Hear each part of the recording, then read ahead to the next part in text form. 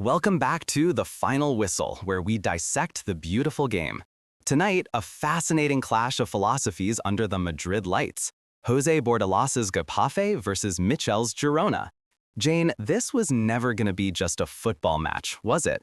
This was a battle for the soul of the sport. That's a dramatic way to put it, Joe, but you're not wrong. It's the pragmatists against the purists, the street fighters against the artists. And tonight, the street fighters landed the knockout blow.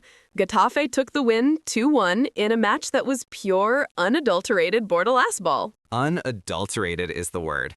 Let's lay out the facts for our listeners. It was a tense, scoreless affair for over an hour, which is exactly the kind of murky water Getafe loves to swim in. Then, the breakthrough. Right. In the 71st minute, Mario Martin broke the deadlock for Getafe, and just when it looked like they would grind out a 1-0 win, Borja Mayoral added a second in the 85th minute, seemingly putting the game to bed. Seemingly, because this is La Liga, and there's always a twist.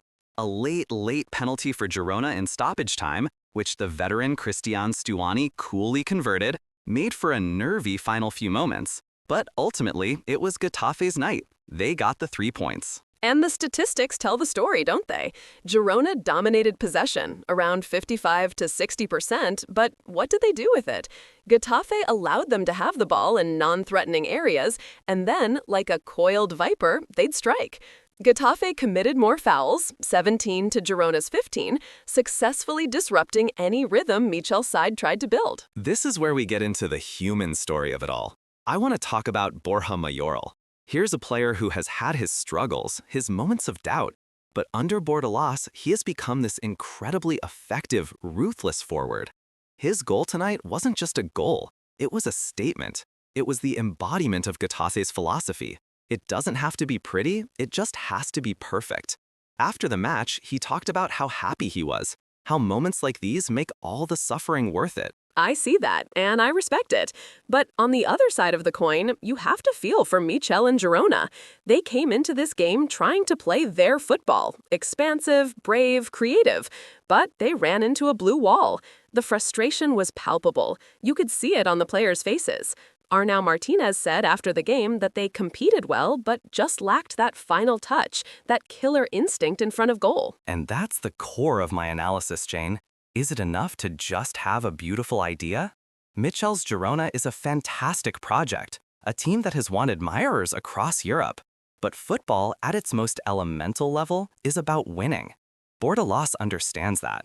His team is built to frustrate, to annoy, to disrupt, and to capitalize on singular moments of weakness. They aren't trying to win a beauty contest. They're trying to win a football match. So you're saying the ends justify the means? That the dark arts of football are just as valid as the beautiful game? I'm saying they are a part of the game. Look at the tactical setup. Getafe's 4-4-2 was a rigid, disciplined block. They pressed intelligently, they were physical in the challenge, and they played the percentages. They knew Girona's weakness would be on the counter and from set pieces, and that's precisely where the goals came from.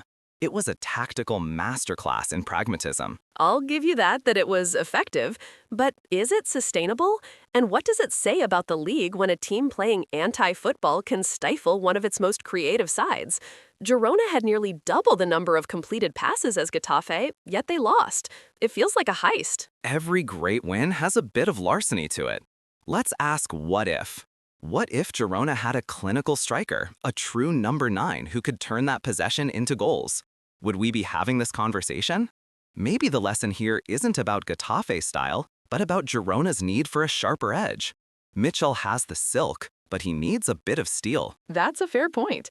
For all their lovely build-up play, they were kept to just a handful of shots on target. David Soria in Getafe's goal made some key saves when called upon, but he wasn't under siege. So what's the big picture takeaway here? For Getafe, this victory pushes them right into the European places, a testament to Bordalás' genius. Exactly. For Getafe, it's proof of concept. It validates their entire identity. For Girona, it's a harsh reality check. It's a message that ideals alone don't win you titles or even tough away games. You need to be able to adapt, to fight fire with fire sometimes. So, as we close out, this game was a microcosm of football's eternal debate, the disruptor versus the dreamer.